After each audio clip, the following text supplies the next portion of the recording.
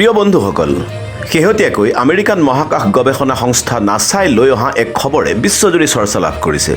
খবৰ অনুসৰি আমাৰ পৃথিৱীৰ পৰা 90 আলোকবৰ্ষ দূৰত আৱিষ্কাৰ হৈছে এটা গ্ৰহ, যাৰ আকাৰ আমাৰ পৃথিৱীতকৈ প্ৰায় 3 গুণ ডাঙৰ। জলীয় বাষ্পযুক্ত মেঘ থাকিব পাৰে বুলি সন্দেহ কৰা এই নতুন গ্ৰহটোৰ ইতিমধ্যেই নামকৰণ কৰা হৈছে TOI 1231b।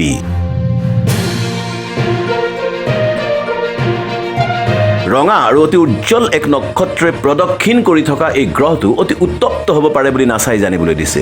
গ্ৰহটোক যিটো নক্ষত্ৰই প্ৰদক্ষিণ কৰি আছে, সেই নক্ষত্ৰৰ বয়স সূৰ্যৰ প্ৰায় সমান বুলি নাছাই ইতিমধ্যেই জানিবলৈ দিছে। নতুনকৈ আৱিষ্কাৰ হোৱা এই গ্ৰহটোক লৈ চলোৱা পৰীক্ষাৰ পৰা বহুসকল বিজ্ঞানীয়ে জানিবলৈ দিছে যে ই অতি শীতল হ'ব। নাছাৰ জেট প্ৰপালচন পৰীক্ষাগাৰত বহিৰ্জগতৰ গৱেষণাৰ দায়িত্বত থকা ডক্টৰ জেনিফাৰ বাৰ্টে জানিবলৈ দিয়া অনুসৰি এই নতুন গ্ৰহটো নেপচুনৰ সৈতে প্ৰায় মিল আছে।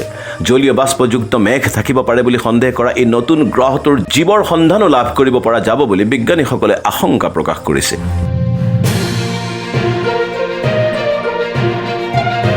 নাছাই TOI 1231b নামৰ এই গ্ৰহটো আৱিষ্কাৰ কৰাৰ পিছতে এতিয়া তাৰ বিষয়ে ন তথ্য তথা সংবাদ লাভ কৰিবলৈ উৎসুকতাৰে বাট চাইছে বিশ্ববাসীয়ে।